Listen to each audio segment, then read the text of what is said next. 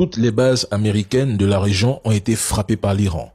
Des ports touchés, des infrastructures pétrolières attaquées, des soldats américains éliminés, radars américains détruits, un navire frappé, la logistique américaine s'effondre, l'Iran a bombardé une base sous le sol européen à Chypre avec des drones.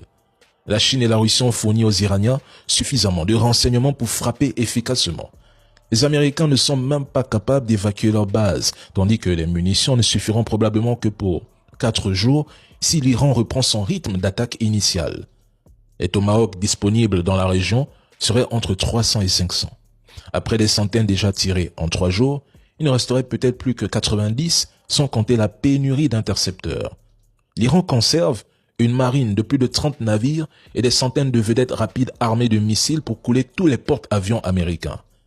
L'Iran n'a même pas encore utilisé tout son arsenal. L'Iran détient tous les atouts, je dis bien tout, pour gagner une guerre longue. L'entité ne peut pas tenir sans les États-Unis et ces derniers ne peuvent pas se permettre un engagement prolongé de 4 semaines au Moyen-Orient. C'est un mensonge. Trump clame qu'il a tout détruit en Iran. Demandez-lui pourquoi il ne déploie pas des troupes au sol si tout était vraiment détruit. Ils ont finalement compris que la mort de Khamenei n'a eu aucun effet décisif sur l'issue du conflit. Au contraire, cela a renforcé la détermination de Téhéran à poursuivre la lutte.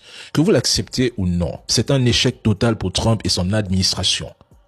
Tout avait été planifié pour une guerre éclair. Aujourd'hui, c'est le chaos. Et je réitère, les États-Unis ne peuvent pas battre l'Iran dans une guerre longue. Cela fait 40 ans que l'Iran se prépare. 40 ans que l'Iran vous attend dans cette guerre de missiles. Si Trump s'engage en Iran, mais la Chine aura les mains libres pour prendre Taïwan et personne ne l'arrêtera. L'Ukraine deviendra un champ de ruines et l'Europe encore plus dépendante du pétrole russe. Quelle ironie!